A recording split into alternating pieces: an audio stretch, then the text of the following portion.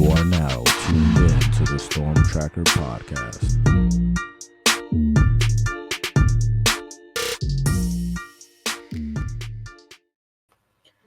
All right, it's the Storm Tracker podcast. I'm Marcus Benjamin here with my guy, Frank Tucker, representing for CanesCounty.com. Part of the Rivals Network, we bring you exclusive information, inside information that we gather, as well as plenty of content on CanesCounty.com. Make sure you subscribe to the website. And Frank, we've got spring coming up. We've got coaching vacancies still, and they just kind of keep popping up. Seems like by the day or by the week.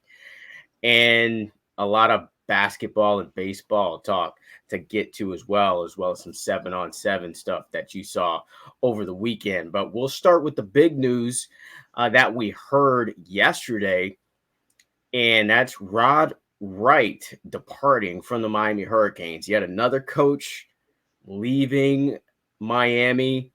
It's been an ongoing theme for the past couple of months. Just coaches looking for greener pastures elsewhere. And also Mario Cristobal, he commented this week on the radio saying that, change is an opportunity to kind of refresh the organization. Paraphrasing, but that's kind of basically what he said here. But Rod Wright leaving the program, somewhat of a surprise, considering the job that he's done with the defensive ends and the defensive ends that he brought in recruiting. But he's off to the NFL, back to Texas with the Houston Texans. Your thoughts on that departure and any potential replacements? Yeah, this wasn't surprising. We've heard all offseason that there was going to be some coaching changes along the entire staff. We've seen pretty much every position on the team be flipped except for offensive line and defensive backs as of right now, and defensive tackles with Joe Salavea. But this was one I kind of saw coming. There wasn't a lot of traction with Texas recruits. Thanks to Roderick Wright, which is what he was supposed to bring to the table, former Texas star football player. I think he wanted to go to the league. Same way we're going to see maybe a couple other coaches try to go to the NFL that are currently on the staff.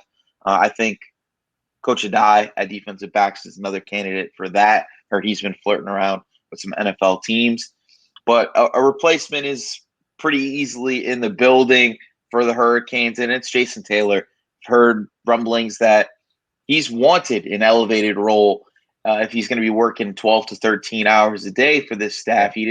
I think, the amount of money that he gets as an analyst and the amount of effort that you have and time that you have to put in to work under Mario Cristobal, there has to be a balance for Jason Taylor, and that's more responsibility, more of a position of power, I think. And with the way that this defense is transitioning to more of a pseudo 3-4, where there's going to be a stand-up defensive end, outside linebacker type player, where Nigel Leak, Cyrus Moss are going to be playing. I think a perfect fit is Jason Taylor, because that's what he played for the Miami Dolphins. He was a stand-up rush outside linebacker, basically.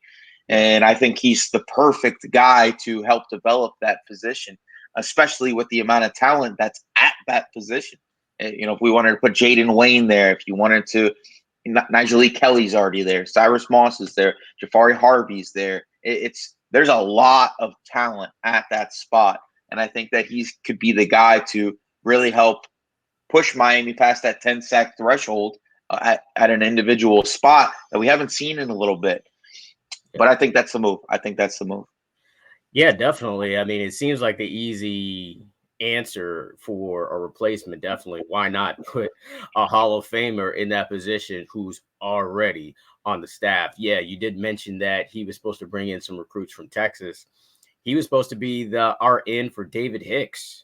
Remember, he was supposed to be that guy who's already recruiting David Hicks for a while. Hicks already had a relationship with the previous staff at Miami, but unfortunately that didn't work out for the Miami Hurricanes. So it's an unfortunate to see another coach go, though, because there's a lot of turnover, man. I mean, this is now, basically 3 straight years of just straight up just turnover at several coaching positions. So I'm still worried about the culture overall with all the turnover with the coaches and like you said, I mean, there could be more on the way.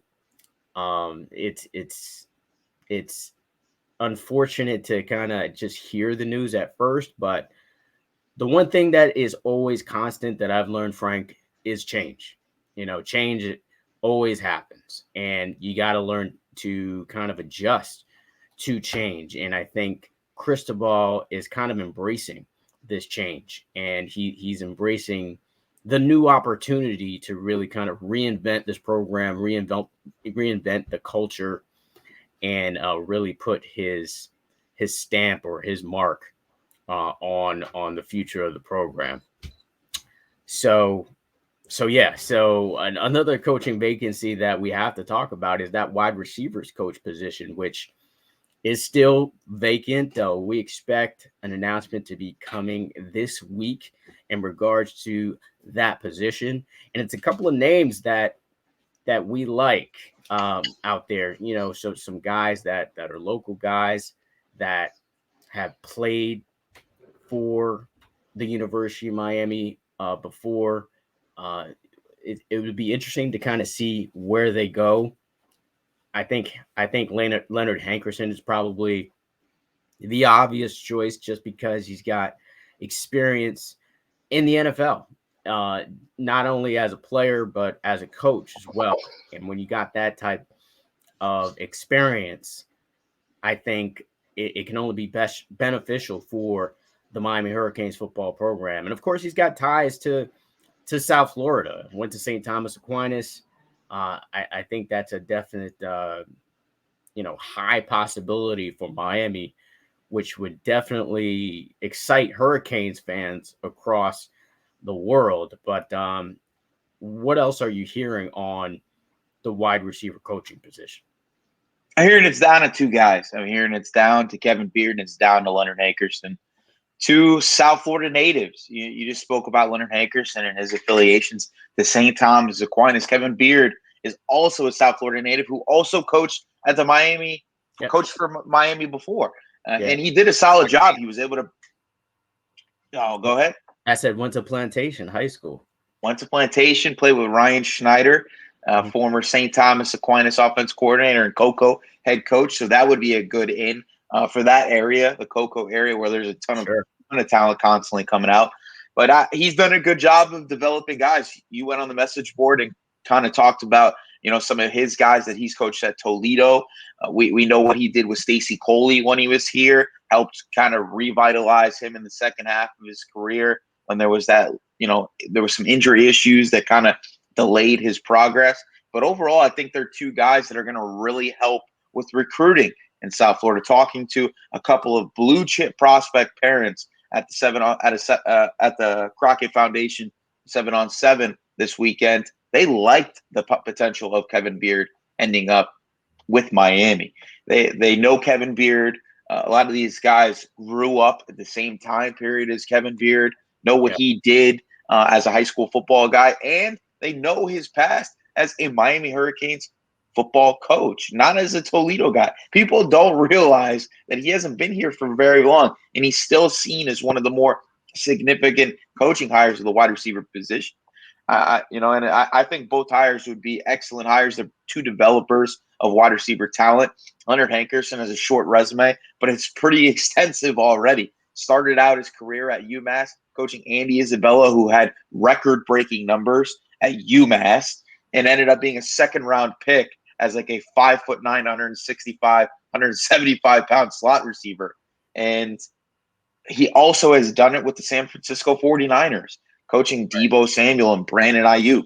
Two guys that there were some questions, right? Brandon Ayuk wasn't a lock to be a superstar coming into the NFL. He's a 4'6", 40 type guy. Deebo Samuel had injury issues, wasn't a perfected receiver as a route runner and things of that nature. And he became an all-pro under Leonard Hankerson's tutelage. So I love the fact that it's two South Florida guys potentially getting the job. We already have Tim Harris in the fold, who's a South Florida guy. Alex Maribal, South Florida guy. Mario Cristobal, part of that offensive staff. Sure.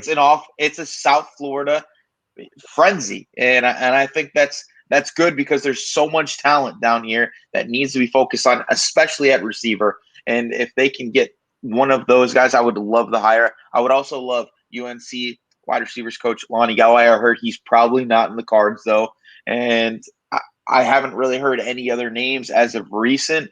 I heard that a decision has already possibly been made, and that we could hear about this hiring as soon as today or tomorrow.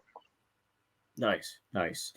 Well, I'm excited to kind of hear who is the name that is announced. We'll be on the edge of our seat to see who is the next hire for the University of Miami coaching staff. You spoke a little bit about the talent in South Florida, and Mario Cristobal did mention that a couple of guys are already, showing up in big ways, and that's Robbie Washington and Nathaniel Ray Joseph, a couple of guys that we would love to see pop in spring. So we've got spring football coming up this weekend. We're all excited to kind of see the new talent get on the field, as well as the experienced guys if they are taking a step up. What are some of the guys that you are excited to see in spring, and who do you think will shine? I'm excited to see what Tyler Van Dyke looks like. I think we got to see Tyler Van Dyke from 2021 and not Tyler Van Dyke of 2022. And I want to see how he meshes with Shannon Dawson. We talk about this pretty extensively every time we get on the podcast. So Tyler Van Dyke is the key to Miami's success. I want to see how he does. I want to see how he starts. Last year, it was a rough spring, to say the least. Not necessarily his fault. There were a ton of drops from the receivers, but I would love to see that chemistry with that receiving core early on, because he has a lot of guys that do come back. The Colby Youngs of the world, the Xavier Strepos, the Jacoby Georges, Frank Ladson. All those guys have an opportunity to come back and have a much better 2023 than they did in 2022. And I want to see how that meshes. But a guy that I want to see is how Ruben Bain acclimates to college football in his first spring. He's already in the building. We've seen him grinding. He's going to be playing a 4-eye role from what I'm hearing in Lance Guidry's new Miami defense. And I think that he's going to be the perfect move player on that defensive line. And I want to see how he fits in that rotation, which could still be a 3-level rotation, because that's what Joe Salavea does like to do as well. So I want to see how he jumps in. Him and Tyler Van Dyke, I think, are going to be two players to watch in the spring. See, the Tyler Van Dyke thing for me, I don't think we're going to see or be able to determine a lot of things from Tyler Van Dyke in the spring. I think it's going to be more of the fall and actual games that we're actually going to have a judgment on him and his progression in this offense. I think spring is more of like for the young guys and the quote unquote backups, I guess you could say. So as far as quarterback position, I want to see Jakari Brown take a step up as far as throwing the football. So if I see him taking that step up, then I'm going to feel confident, just in case Tyler Van Dyke goes down again, that it's not going to be a one-dimensional offense where we're just going to be zone reading people to death. So I just want to see Jakari Brown take a step up in throwing the football. And then I also want to see some a step up with the wide receivers. Isaiah Horton is a guy that Cristobal mentioned this week. He's a guy that shined in fall camp last year, but unfortunately we didn't see him because of injury. So he's a young guy I think has potential to really shine in the spring. And overall, really the defense, I kind of want to see like just some pop from a bunch of different guys, to be honest. I want to see Wesley Basaint kind of look like a dog out there. I want to see some of the young linebackers show their versatility and show their speed. I want to see Devontae Brown go out there and lock down a couple of receivers, get some pass deflections, maybe get some interceptions. That's the kind of things I kind of want to see. Cameron Kitchens, you already know what you're going to get from him. I actually don't even want to see him play in spring, to be honest, or very minimally. James Williams is the guy that I want to see take a step up as well. Um, Not only just in coverage, but in tackling. Just kind of overall, you kind of want to see him take that step up to maybe even become an All-American. We know the potential is there for him to get there, but are we going to see him act like a veteran, like act like he's been here before, act like he's been a few years in a college program? So I think overall the defense, I kind of want to see guys on. I actually want to see guys on that defensive line start to pop as well. I want to see an Ahmad Moten really kind of shine a little bit. I want to see a Cyrus Moss really kind of show how great he was coming out of Bishop Gorman. I want to see, Gore, the transfer, really kind of show why he was so sought after as well. So those are really kind of the guys I want to see. I kind of want to see them do some work. The receivers have to step up. I do not want to see any drop passes. Don't want to see like, just not running the right routes or just not getting separation. The things that frustrated Miami fans last season. Miami fans want to be excited in the spring and then eventually in the spring game. And those are the type of things that you just don't want to leave spring seeing. You don't want to see a bunch of drop passes. You don't want to see no separation at all. You kind of want to see this defense get some pressure. But the thing about spring, though, it's like a damned if you do or if you damned if you don't type of situation. It's like, hey, if the defense does well, that means, hey, what's up with the offense? Or if the offense does well, then okay, what's up with the defense? So, what you kind of want to see is just efficiency. You kind of want to see just some young guys step up and take that next step. And I'm excited to kind of see what we are going to see. And since Cristobal did mention Isaiah Horton, I'm excited to see what he's going to do. I'm excited to see if he maybe can step up into a wide receiver 3 role, behind Colby Young and Xavier Restrepo. Maybe he can step up into that type of role. So we'll see. I'm excited. Any other guys for you, or is it really just I think those two are the game changers for me. Mm-hmm. James Williams, for me, I don't think he's going to be in a tackling role too much this spring just because of the shoulder surgery and the offseason. He's probably going to have a red jersey on, non-contact type guy. I want to see what his role is in this new defense. I don't necessarily know if he's going to be a too high guy in this Lance Guidry scheme. I hope that they put him in the box a little bit more this year. We saw him really shine when he was playing more of a hybrid linebacker type role. But there's a lot of guys. When you're coming off a 5-7 season, there are a number of questions that come in at every single position on the team.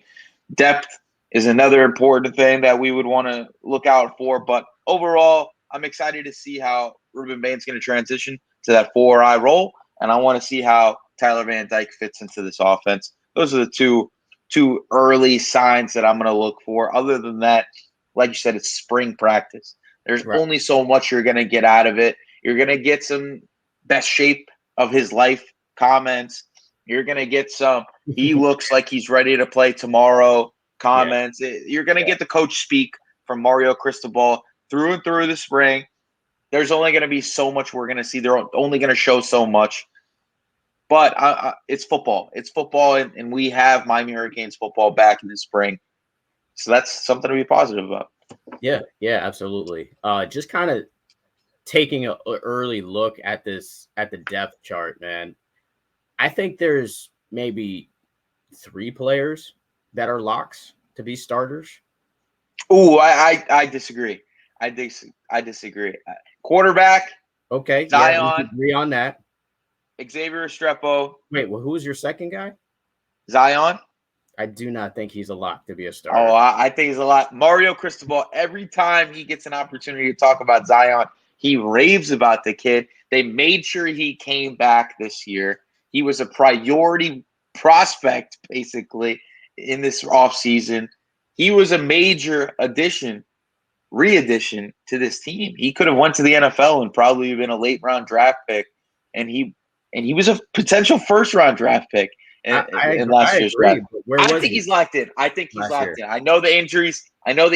Are kept him out for 90% of the season last year, but I still think that he's a lock for one of those tackle spots. Colby Young is going to be a starter next year. Xavier Restrepo is going to be a starter next year. Leonard Taylor is going to be a starter next year. Wesley Besaint is going to be a starter next year. Cam Kinchens, guaranteed starter next year, and James Williams, guaranteed starter next year. That's at least 8 right now on the top of my head. Javion Cohen is a starter too. 9. Hey, I promise you, Javion Cohen will be a starter for this Miami Hurricanes football team. Lock it in. Mario Cristobal is making sure that he's going to be a starter on this team. He was one of the best offensive linemen in college football last year. They made sure, NIL-wise, that he was a priority player for this Miami Hurricanes football team. The only reason he's not on the Alabama football team is for NIL purposes. He's a lock. He's a lock. Give me 9 guaranteed starters. The rest of the depth chart, you got 13 open competitions, but here's 9 that there is no competition. I agree with you for most of all of those guys, but Zion is not a guy that I think is a guaranteed starter. Who I would replace there is I think Matt Lee is pretty much a guaranteed starter, to be honest. Another 10. We're at 10. We're almost at a whole entire side of the football. So I underestimated a little bit. I'm a natural pessimist, and I underestimate a little bit. But Matt Lee, I agree with you on Javion Cohen, Tyler Van Dyke, obviously. Cameron Kitchens, yes. Wesley Besaint, yes. Leonard Taylor, yes. James Williams. There's no one else that would beat him out. 100%. They lost 5 safeties. James to the transfer portal. Yeah, James Williams, yes. I'll lock him in. I'll lock James Williams in at safety. Another player, now that I think about it, I think is a lock to be a starter is Devontae Brown. I think Devontae Brown. I would say that, but I look at the Daryl Porter situation last year, and I say to myself, we thought Daryl Porter was a lock from NIL compensation to he was being recruited by his former defensive back coach, the guy that recruited him out of high school. He was a standout player at West Virginia, potential all-conference guy. And he came here and he barely played. So I don't want to get my hopes up for Devontae Brown just yet. We know what he can do because we watched him in high school. We know what he can do in college because he was a great player at UCF early on, had some injury issues last year. Let's see how it goes. Cornerback with Coach Adai is one of those positions right now that it is a fluid conversation on a daily basis. We lost both starters from last year. Let's see what happens. Who knows? Maybe Damari Brown's better than his brother. Who knows? Maybe DP took a step forward. Who knows? Maybe TC revitalizes himself and becomes Shaman Amadana to Corey Couch. Who knows? But I don't want to say there's a starter at that cornerback spot until we actually see in spring practice those guys covering somebody, because they couldn't cover Middle Tennessee State last year. And that was an issue. So I want to see if they can cover what is a pretty average receiving core for this Miami Hurricanes football team. But we're at like 11 locked in starters, Marcus. Yeah, I'm 5 and 7. I'm actually 5 and 7 messed you up. I'm actually going to 5 and 7 messed you up, bro. 5 and 7 messed you up. It did. It totally did mess me up. Because now with this conversation, I'm turning into an optimist. I feel like there's 2 more guaranteed starters for me. Xavier Restrepo. He's starting, bro. Like, there's no Yeah, way. I said Xavier Restrepo, and I said Colby Young. Okay. I missed that. And then Akeem Mesidor. Yes, another one. Akeem Another Mesidor one. is I'm on my DJ definitely Khaled. I'm on my starting. DJ Khaled right now. It's another one. Another Another one. Come on, man. This Akeem team. Mesidor is definitely starting. Hey, listen, I think Canes fans need to be more optimistic about what is the second year in Mario Cristobal's tenure. It's not 5-7 this year. It's not. I'm not saying it's 11 or 12 wins. I'm not saying they're going to compete for an ACC championship, but I am going to say that they're going to win 8 or 9 games. They are. It's going to be in the cards. Even if Tyler Van Dyke's not the starting quarterback, I still think that they can win 8 or 9 games. Shannon Dawson has done an excellent job at multiple spots, Power 5 and Group of 5. He's done it with athletic quarterbacks. He's done it with pocket passers. Yeah. This offensive line is completely changed from last season. There's exponentially more depth than there was last year. Yeah. The receiving core is going to be better than it was last year just because of how this offense is going to utilize the passing game. Then on defense, Lance Guidry, everything I hear, I'm sure you hear it too, is that he is an excellent teacher of the game. He's going to come in and he's going to install a scheme that is going to be sound. It's going to be exotic at times. You're never going to see the same thing twice. They're not going to show tendencies like they did under Coach Steele. I don't think that there's going to be lapses in coverage the way that there was last year. And I think that they're going to be more and more sound. I think they added a lot of talent on the defensive line and Horton and Bain. And then Nigel Kelly is still just 18 years old. People need to realize that as well. He's going to be a potential All-American this year or next. Linebacker core, they added 5 guys. Francisco Malagoa was the second highest rated linebacker in the Pac-12 last year. They're adding him. Wesley Basaint's already in the fold. The coaching staff has gotten better at almost every single spot. They didn't go out and win the press conference. They went and got the guys that they felt were the best fit for the job. And then you have what Pro Football Focus has graded as arguably the best safety tandem in college football, and James Williams and Cam Kinchens.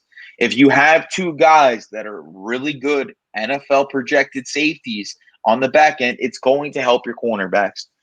I think that this season they have really good length on the outside. I think that they're more athletic on the outside. And I think that they have guys that they don't have to break as many habits with. There's a lot of new guys coming in that have fresh canvases for Coach Adai and DVD to splash paint on. And I'm excited for the potential of this season. Yeah. And as we talk this out, you kind of get the feel of which positions will be open competitions, right? So we didn't mention running back. So running back is pretty much absolutely open competition. We also didn't mention tight end, only because Arroyo is coming off a significant injury. Normally we would probably just pencil in Arroyo, but his injuries have been significant. So, maybe Jaleel Skinner takes a step up. And we don't know what the tight end's going to look like in this offense. Right. We don't know what it's not going to like. We've been seeing 2 tight end sets a lot of the times at the University of Miami for years. We might see a guy who has to be more of a split out receiver slot guy. That could be one of those Skinner. Guys can be that. Either one of those guys can be that. Either one of those guys can be that. But Jaleel Skinner, right? Skinner was an Alabama commit that they flipped from Alabama. You can say what you want about Bama doesn't lose kids. If Bama really wanted him, they would have got him. I don't care because we've seen the potential of Jaleel Skinner already at the University of Miami. We know what the athleticism looks like. He is a freak. They talk about it every day in practice, press conferences. Will Mallory raved about him last year, about him. And I think that he's a potential starter on this team. There's not a lot of outside receiver talent. You're talking about Isaiah Horton. We don't know what he is. Frank Ladson showed that he's limited athletically from what he was at South Dade. It's Colby Young and then who? Could that be Jaleel Skinner? Do they turn him into a wide receiver in this air raid scheme? Yeah, that'd be interesting. That'd be interesting to Yeah, see. it's But yeah, interesting. I was going to say the third and fourth wide receivers are definitely, I think, open competitions there. The guard positions, I think, could be open positions. I think Jalen Rivers has, he's going to be leading as far as for one of those guard positions for sure.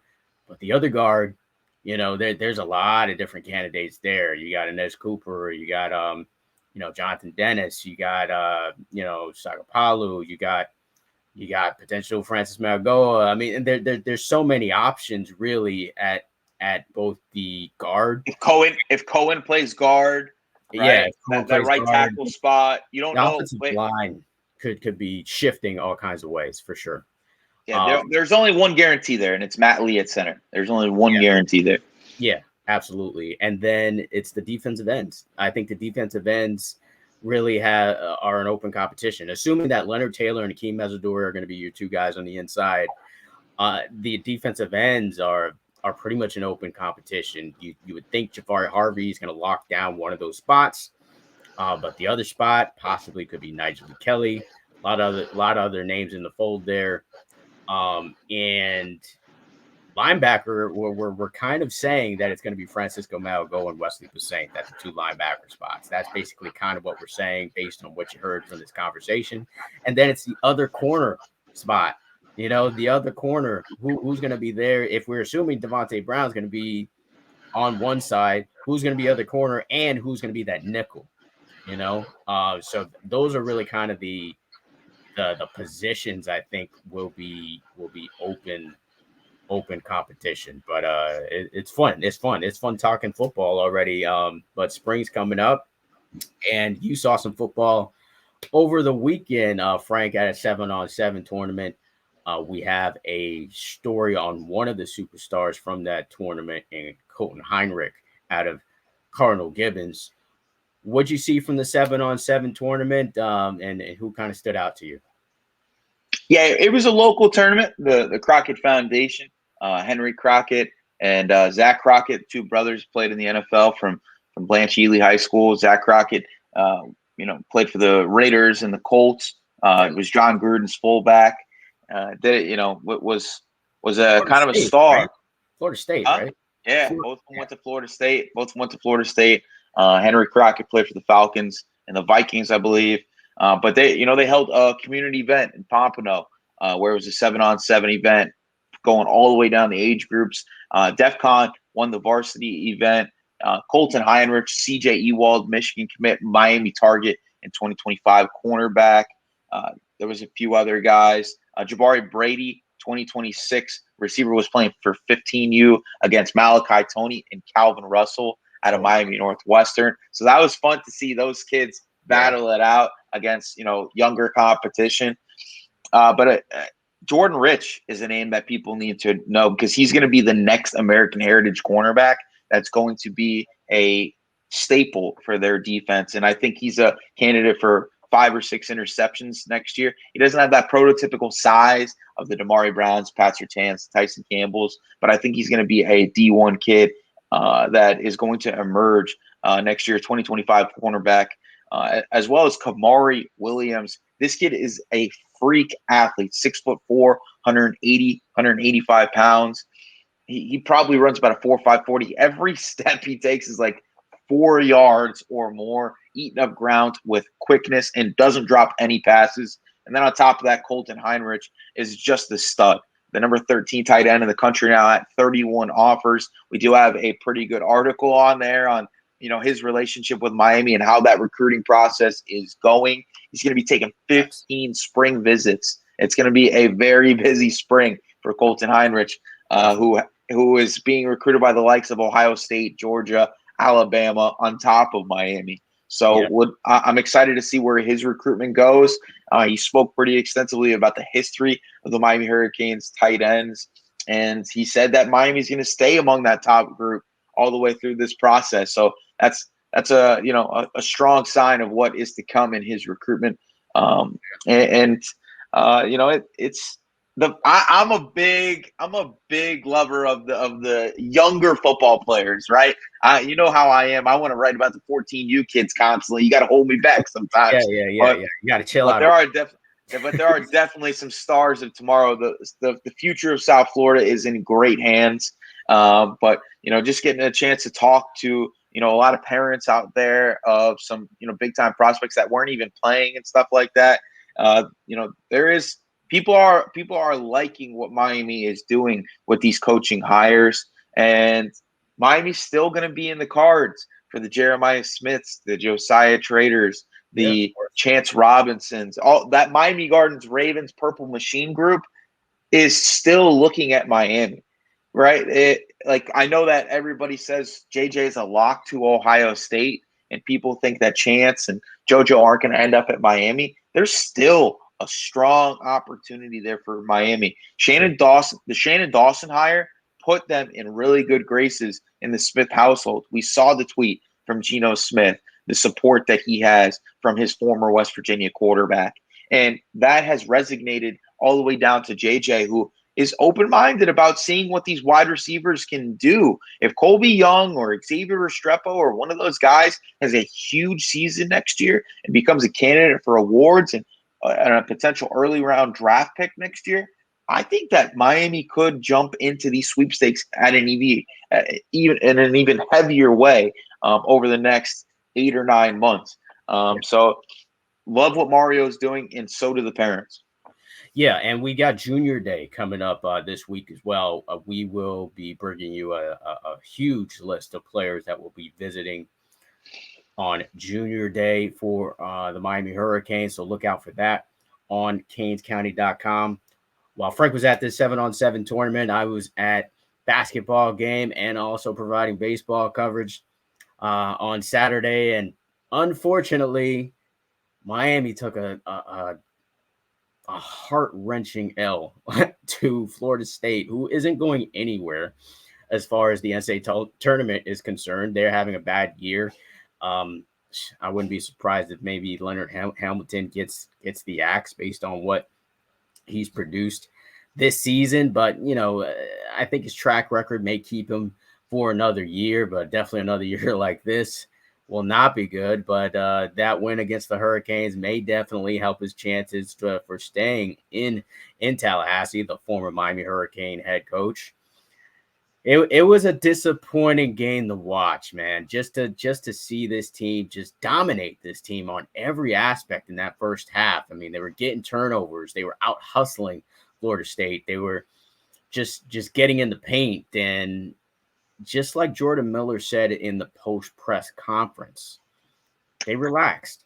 They relaxed. They were feeling themselves. They were smelling themselves. You know what I'm saying? Whatever you want to say about them, they were not focused on getting the win in that second half, and Florida State just wanted it more. Also, something that Jordan Miller said in the post game presser, and I think this is actually a good wake up call for this team. I think it's a message sent directly to them saying, "Hey, we can't let up. We can't let up at any point." Now, yes, Nigel Pack not in the game for this one, and I do think he's pretty much the X factor for the Hurricanes going far in the NCAA tournament, because Miami's got four top players as far as scoring is concerned, and Nigel Pack is that fourth guy behind Norchad Ormir, Isaiah Wong.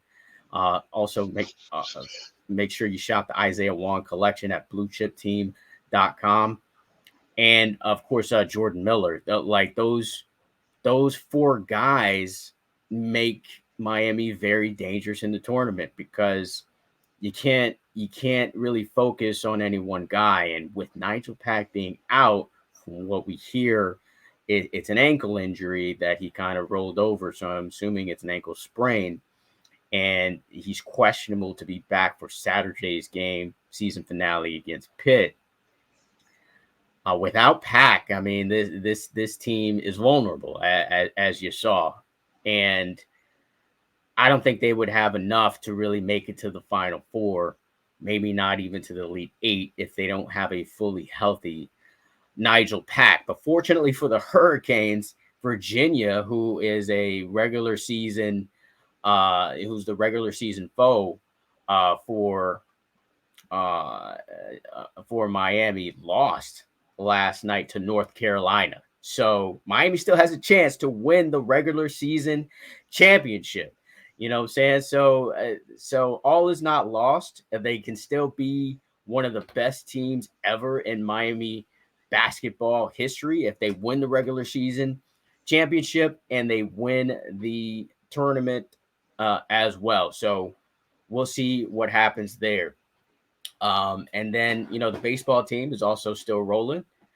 Six straight wins for the Hurricanes. This is a team that's got power, Frank, like real power.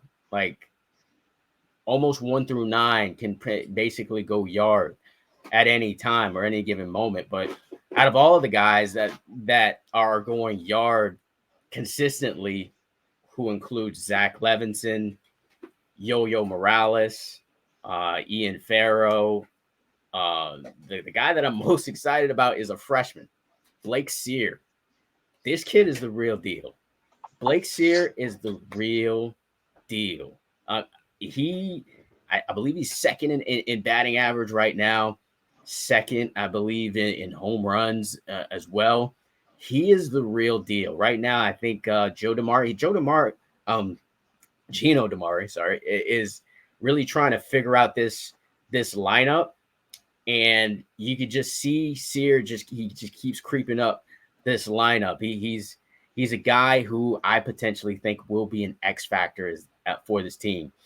One thing DeMari has to figure out is this leadoff position, though, and he might have figured it out last night because Dario Gomez has been, let's call it what it is, he's been atrocious. As a leadoff batter, you can't be batting 0.69 a batting average, and that's what he's batting right now. It's pretty bad, and so he moved him down to second, and he really didn't still do much last night against Dartmouth on Ivy League school. So they moved Edgar Villegas to that leadoff spot. I think is a great option. I think he's one of the top 4 batters in this lineup. So I'm assuming we're going to see more changes in this lineup going forward. I like the move that he did there, but Dario Gomez, man, he really has to pick it up. And I'm kind of still worried about just kind of starting pitching overall. Although we had a great performance from Carson Lagone last night, but Gage Zeal, he did get the win on Friday, but gave up 4 runs in that second inning. Again, back-to-back weeks he's done that. So kind of a little worried because this is not really high competition that they're playing right now. So excited about the team, optimistic, but I'm just, I'm kind of moderately optimistic about this team. I think at FAU this week, Tuesday, I'll actually be in Boca for that one. And we'll see kind of how they do against them. FAU usually always has a really good squad. So interesting to see if they'll be able to go yard on the road, as this is going to be their first actual road game. All right, so that's enough with me boring everybody with basketball and baseball talk. But yeah, any thoughts on that, man? Hey, are you out there? Are you gonna get a Mark Lex shake or something? I mean, I'm gonna have to get out there soon. I'm gonna have to go check out the baseball team. I got it because you got to experience at least one time, right? You got to, I'm a big football guy. I think everybody kind of knows that. When you start, talking about the other squads, I kind of sit in the corner, and I'm just like, hey, man, I'm here, I'm a Hurricanes guy, but I don't really know what's going on too much about it. I got no expertise there. I'm a football guy, just to put that everybody out there. But I am a shake aficionado, and I'm going to be giving my, Barstool, 1 bite review to the Mark Light shakes as soon as I get out there, hopefully next week. Awesome. All right, so that is going to wrap it up for the Storm Tracker podcast. Make sure you follow us on all platforms, Twitter, Instagram, and Facebook. Make sure you follow the Crib South Florida. And Tell your friends, tell your family. First 30 days off at Miami.rivals.com with the Miami 30 code. Okay. You guys get a month free. Your friends get a month free. Your brother gets a month free. Your sister gets a month free. Okay. Your mom gets a month free. Everybody gets a month free. We're handing out free first months like we're Oprah. Okay. Exactly. Exactly. All right. So you guys need to take advantage of that. Tell everybody we appreciate the support. And we want to keep this going for you guys in the best way possible, but we need your guys' support. We need it. And we want you guys on the message boards blowing us up, telling us how dumb we are sometimes and how much of a genius we are others. So, Miami 30 is the code for you guys to get your first month free at CanesCounty.com, Miami.rivals.com. Take advantage of that now. Absolutely. Couldn't have said it better myself. Make sure you follow us on Twitter as well, at Benjamin Rivals for myself, at the Crib South Florida. Follow the Euro Twins as well, 305 Sports. It's the whole CanesCounty.com family. Until the next episode.